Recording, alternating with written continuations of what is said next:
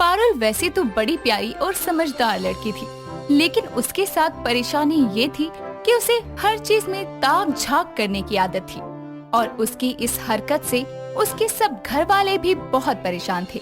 एक दिन वो रसोई में ताक झांक करते हुए अपनी माँ से कहती है, क्या बना रही हो माँ आज खाने में? आज मैंने सबके लिए दाल रोटी बनाई है। गर्मी बहुत ज्यादा है ना, तो ज्यादा भारी खाने खाने का मन नहीं था। क्या दाल? माँ आप तो जानती है ना, मुझे दाल बिल्कुल पसंद नहीं है। कल आप मंडी से पनीर लेकर आई थी, मैंने खुद देखा था थाली में झाँक कर। पारुल, ये ताक झाँक की आदत बड़ी गलत है, छोड़ दे इसको। पनीर मैं शाम को बनाऊंगी। अब जाकर भैया भाभी को कमरे से बुला ला, मैं दोपहर का खाना लगा देती हूँ। अपनी माँ की बात सुनकर पारुल अपने भाई और भाभी के कमरे में जाने लगती है, लेकिन वहाँ जाने से पहले वो झांक कर देखती है और उसका भाई संदीप अपनी पत्नी दीप्ति को गले लगाकर उसे बोल रहा होता है, कितना टाइम हो गया है, मैंने तुम्हें प्यार भी नहीं किया। इसमें मेरी क्या गलती संदीप जी? आपके पास आपकी दीप्ति के लिए टाइम ही कहाँ होता है? टाइम होगा तभी तो प्यार होगा ना। इतना कहकर संदीप दीप्ति के पास आने लगता है और तभी पारुल उनके कमरे में उनको रोकते हुए आते हुए कहती है, अरे बस, बाकी की पिक्चर बाद में शूट कर लेना, पहले आप दोनों नीचे चलो, खाना लग गया है। पारुल, तुम्हें कितनी बार बोला है कि ये ताक झांक की आदत छोड़ दो, ये गलत है, लेकिन तुम्हें तो समझ ही नहीं आता। इतना कहकर दीप्ति, संदीप और पारुल नीचे खाना खाने आते हैं और केतकी सबके लिए खाना लगा देती है और वो तीनों खा ही रहे होते हैं कि उनकी पड़ोसन रज्जो वहाँ आकर उनसे कहती है, अरे वाह वाह, क्या बात है, आज सारी फैमिली साथ खाना खा रही है। आ गई मुफ्तखोर, जरूर फिर से कुछ मांगने ही आई होगी। काम की ना काज की, दुश्मन अनाज की। बोलो रज्जो बहन, कैसे आना हुआ? बहन, वो मैं शाम को कड़ी बनाऊंगी, तो सोचा थोड़ा दही लेने आ जाऊं। अरे पर आपके घर में तो दही होना चाहिए, मैंने आपको खुद सुबह दुकान से 1 किलो दही ले जाते देखा था। या फिर बात ये है कि आप अपना दही बचा कर रखना चाहते हैं ताकि कल आपके काम आ जाए। अरे इस ताक झांक की मशीन के बारे में तो मैं भूल ही गई थी। अरे हाँ, मैं भूल गई थी, दही तो रखा था। अच्छा अब मैं चलती हूँ बहन, चलो, मेरी ताक झांक करने वाली ननद किसी काम तो आई। जिसके बाद सब खाना खाकर सोने चले जाते हैं और दिन बीतते जाते हैं। पारुल की ताक झांक करने की आदत नहीं बदलती। एक बार वो अपने प्रेमी दीपेंद्र के साथ एक पार्क में बैठी होती है और उसके बॉयफ्रेंड के मोबाइल पर लगातार मैसेजेस की नोटिफिकेशन आ रही होती है। ये देखकर वो परेशान होकर मन में कहती है, जरूर कुछ तो गड़बड़ है, लगता है ताक झांक करनी ही पड़ेगी। सुनो, तुम मेरे लिए आइसक्रीम ले आओ ना, बड़ा मन कर रहा है। ठीक है बाबा, लाता हूँ। अच्छा सुनो, ये अपना फोन यहीं छोड़ जाओ, मुझे एक सहेली को कॉल करना है, वो मेरे वाले में ना बैलेंस नहीं है। पारुल की बात सुनकर दीपेंद्र अपना मोबाइल उसके पास छोड़कर चला जाता है और वो उसका मोबाइल चेक करती है, जिसमें जान नाम से एक नंबर सेव होता है और खाना खाया या नहीं, गर्मी बहुत है, पानी पीते रहना, ऐसे प्यार भरे मैसेजेस थे। पारुल उस नंबर को अपने फोन में सेव कर लेती है और गुस्से में दीपेंद्र का फोन वहीं छोड़कर घर चली जाती है और अपने कमरे में रोते हुए कहती है, हम दोनों की फैमिली हमारे रिलेशन के बारे में जानती है और तुम तो मेरा हाथ मांगने आने वाले थे ना, फिर तुमने मुझे चीट क्यों किया? ये सब बातें पारुल के कमरे के बाहर खड़ी उसकी भाभी सुन लेती है और अंदर आकर कहती है, क्या कह रही हो? दीपेंद्र तुमको चीट कर रहा है? वो तुमसे बहुत प्यार करता है, वो कभी ऐसा नहीं कर सकता, जरूर तुम्हें ही कोई वहम हुआ होगा। अरे भाभी, ताक झांक करने की आदत तो मेरी है ना, फिर आप कब से करने लगी? ये सब छोड़ो और बताओ हुआ क्या है। जिसके बाद पारुल दीप्ति को सब कुछ बताती है और सब कुछ सुनने के बाद दीप्ति पारुल से कहती है, सब गलती तुम्हारी है। माना वो तुम्हारा होने वाला पति है, लेकिन तुम्हें ऐसे उसकी मोबाइल में ताक झांक नहीं करनी चाहिए थी। सबकी अपनी प्राइवेसी होती है। अब रोना बंद करो और दिखाओ किस नंबर से मैसेज आ रहे थे। पारुल दीप्ति को वो नंबर देती है और दीप्ति उस नंबर को सेव करके उसकी डीपी देखती है तो दीपेंद्र और उसकी माँ की तस्वीर लगी हुई होती है और ये देखकर दीप्ति कहती है, बोला था ना, ज्यादा ताक झांक करना गलत है। देखो, ये उसकी माँ का नंबर है और वो सारे मैसेज उसकी माँ ने भेजे थे। तुम कुछ ज्यादा ही सोचती हो। अब सो जाओ, कल वो तुम्हारा रिश्ता लेकर आने वाले हैं और ये ताक झांक करने की आदत छोड़ दो। भाभी मैं आपसे वादा करती हूँ कि अब से ये ताक झाक की आदत हमेशा के लिए छोड़ दूंगी, पक्का वादा। इतना कहकर दीप्ति उसके कमरे से चली जाती है और पारुल को तसल्ली मिलने पर वो चैन की नींद सो जाती है। जिसके बाद अगले दिन उसका बॉयफ्रेंड अपनी माँ अमायरा और बहन मोनिका के साथ उसके घर उसका हाथ मांगने आता है और उसकी माँ अमायरा पारुल को देखकर केतकी से कहती है, जी आपकी बेटी तो मुझे बहुत पसंद आई, और जब दोनों बच्चे एक दूसरे को पसंद करते हैं तो नेक काम में देरी कैसे। बहन जी बात तो आपने बहुत अच्छी बोली है, मैं जल्द ही मुहूर्त निकलवा कर आपको फोन करती हूँ। जी बहन जी, अब तो मैं भी आपकी बेटी को जल्द ही अपनी बेटी बनाना चाहती हूँ। आखिर मैं भी तो एक सास होने का सुख भोग लूं जरा। इतना कहकर दीपेंद्र, अमायरा और मोनिका रिश्ता पक्का करके चले जाते हैं और अच्छा सा मुहूर्त देखकर दोनों की शादी हो जाती है और पारुल अपनी ससुराल जाकर अच्छे से रहने लगती है। लेकिन एक बार जब पारुल अपने मायके पग फेरे के लिए आती है तो दीप्ति उससे अकेले में पूछती है, तो कैसी है मेरी ननद, अपने ससुराल में खुश तो है ना? हाँ भाभी, मैं अपने ससुराल में बहुत खुश हूँ और मेरी सास और मेरे पति मेरा खूब ख्याल रखते हैं। अरे तुमने ताक झाक की आदत तो छोड़ दी ना। देखो शादी के बाद ऐसी आदत एक बहू को शोभा नहीं देती, समझ आई ना? मैंने तो छोड़ दी, लेकिन क्या बताओ क्या हुआ? पर मेरी ननद को भी ताक झाक करने की बुरी आदत है। हुआ यूँ कि मैं और दीपेंद्र अपने कमरे में थे और दरवाजा गलती से खुला हुआ था। आज तुम कितनी सुंदर लग रही हो, पता है तुम इस दुनिया की सबसे हसीन लड़की हो। मैंने तुमसे खूबसूरत लड़की कभी नहीं देखी। मन करता है तुमको बाहों में भर लूं और कभी कहीं न जाने दूं। सच्ची तुम मुझसे इतना प्यार करते हो, मुझे तो पता ही नहीं था। और क्या बोला तुमने, मैं दुनिया की सबसे ब्यूटीफुल लड़की हूँ। So sweet. तभी छुपी हुई पारुल की ननद मोनिका निकल कर बाहर आती है और कहती है, अरे भाभी, भैया झूठ बोल रहे हैं। वो अपनी सब गर्लफ्रेंड को यही बोलते थे और अब आपको भी ये बोल रहे हैं। अरे ये तो माँ और मुझको भी दुनिया की सबसे खूबसूरत औरत कहते थे और इनकी तो क्या ही बताऊं। इन्होंने तो एक बार हमारी काम वाली के इश्क में पढ़कर उनको भी दुनिया की सबसे खूबसूरत लड़की बोला था। मैंने खुद छुप कर सुना था। अब तो आप समझ गई होगी ना भाभी, मेरी ननद की ताक झाक करने की आदत कितनी बुरी है। वाह वाह, सही कहा है किसी ने कि हिसाब इसी जन्म में होता है। अब तुम ही देख लो, मेरी ताक झाक करने वाली ननद को भी ताक झाक करने वाली ननद ही मिली है। मजा ही आ गया। दोस्तों कहते हैं ना कि शेर को सवा शेर जरूर मिलता है। इसी तरह पारुल जो कि खुद एक ताक झाक करने वाली ननद थी, उसे भी उसी की तरह ताक झाक करने वाली ननद मिली और उसने अपनी भाभी के दर्द को जाना। अब बेचारी पारुल की ताक झाक करने वाली ननद उसका क्या हल करेगी, ये तो कहानी के अगले भाग में पता चल पाएगा। अगर आपको इस कहानी का अगला भाग देखना हो तो हमें कमेंट करके बताएं।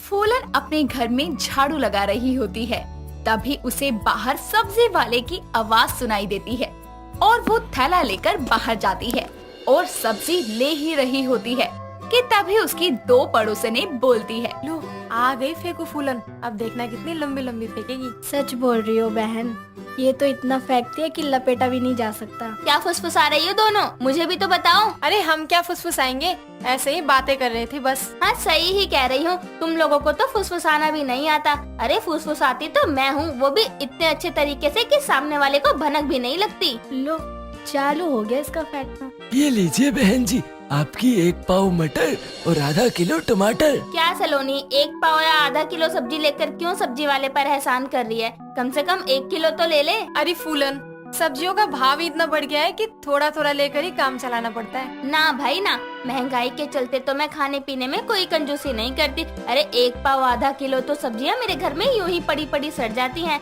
भैया आप मुझे 2 किलो टमाटर, 1 किलो मटर और हाँ 1 किलो मशरूम कर दो।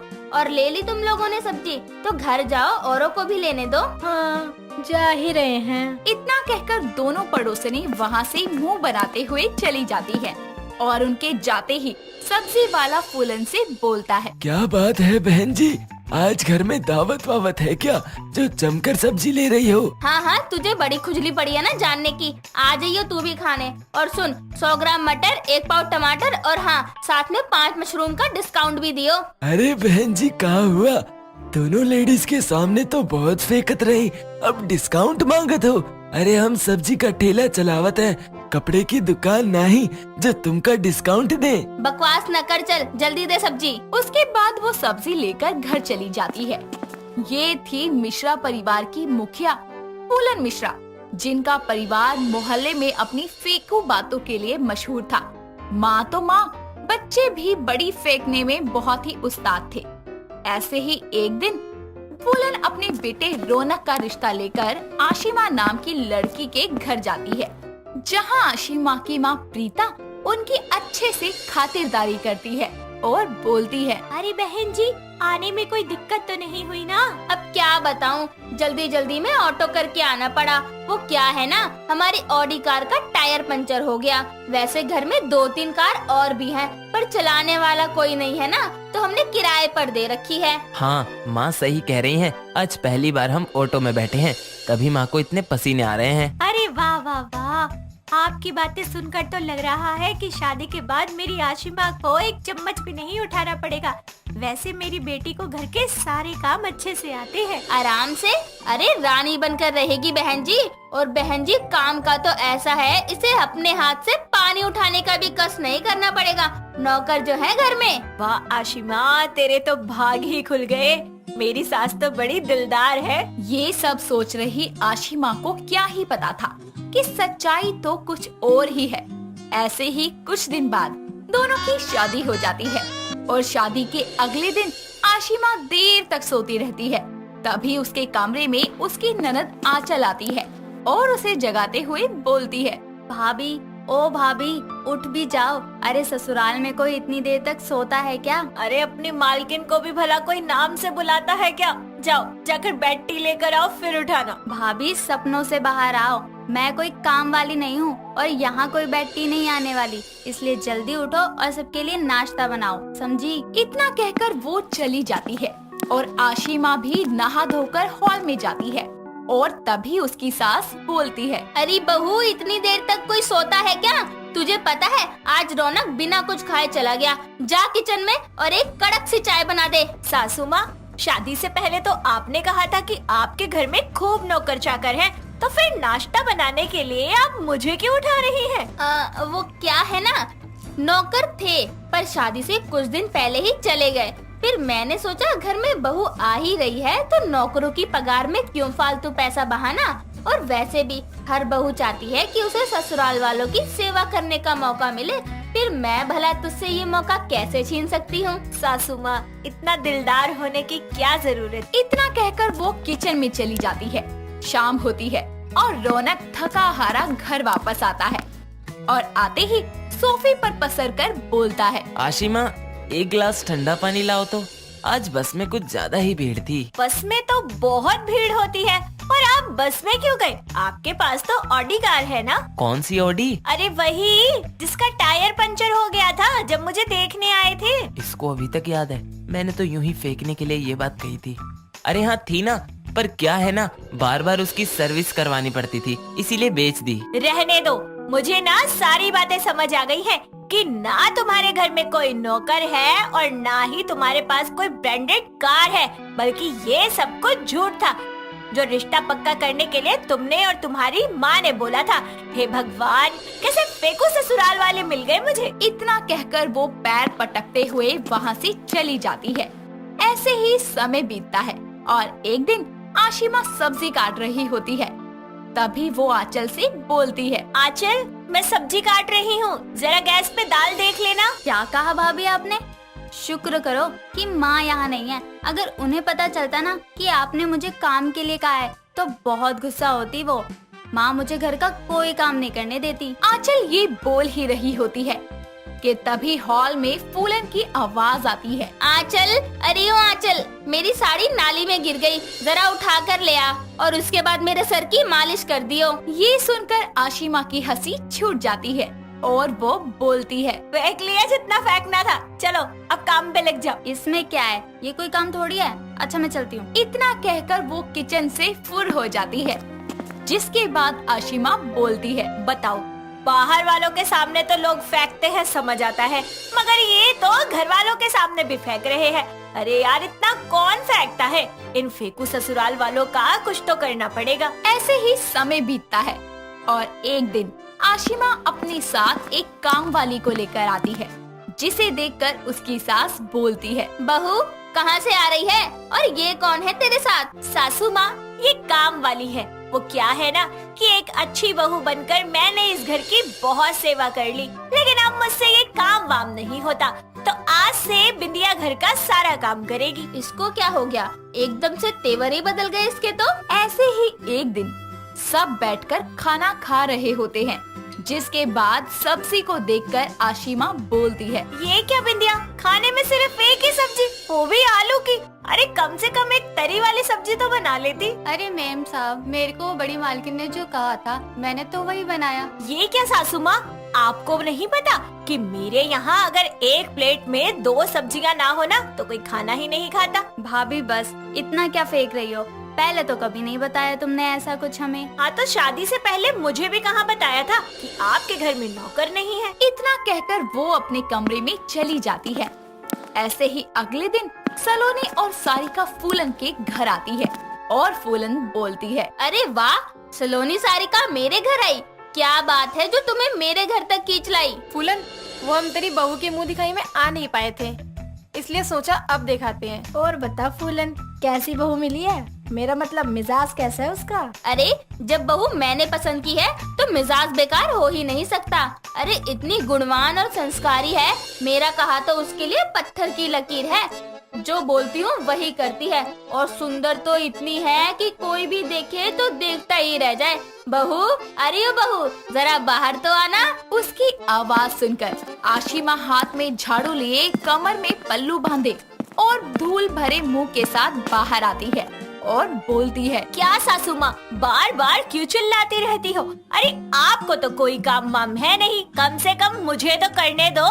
इतना कहकर वो चली जाती है और उसे ऐसे देखकर पड़ोसने तो पड़ोसने, उसकी खुद की सास भी हैरान हो जाती है।